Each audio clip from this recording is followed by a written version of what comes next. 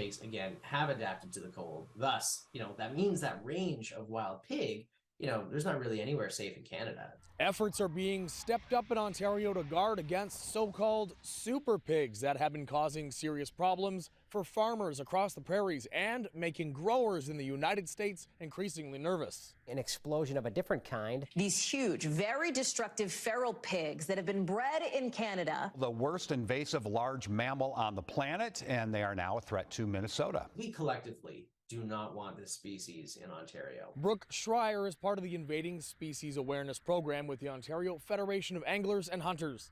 He describes a lot of the conversation around these pigs as sensational, but says it may be rightfully so, as groups of wild pigs called sounders have been causing billions of dollars in agricultural and ecological damage across North America, mostly in central Canada and the southern U.S. They will predate on a variety of species. They root, they disturb environments. He says this variety of pig mostly came from wild or domesticated pigs that escaped or had been released from farms or other captivity.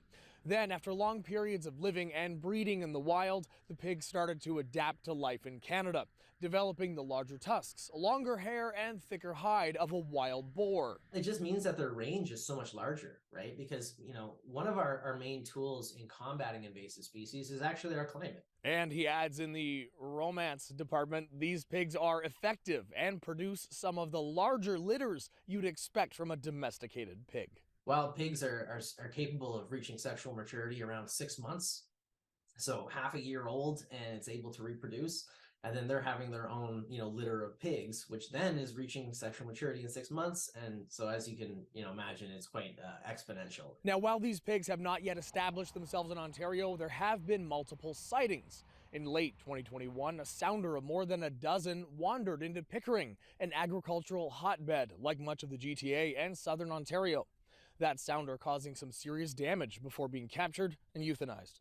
It really could be a serious problem, and that's why the Ontario government has taken it very seriously. Meanwhile, the Ontario Ministry of Natural Resources and Forestry is saying another challenge is that attempts at hunting these pigs, which is now illegal to do, tends to make the problem much worse. Setting up a trap, you're able to get the whole group of pigs at one time and remove them, rather than just shooting one or two and the rest getting away and kind of becoming smart pigs. Is this something we can hold off indefinitely, or is this a matter of buying time? We're starting at a really good point, and we have geography on our side in Ontario as well too, with the Great Lakes surrounding us.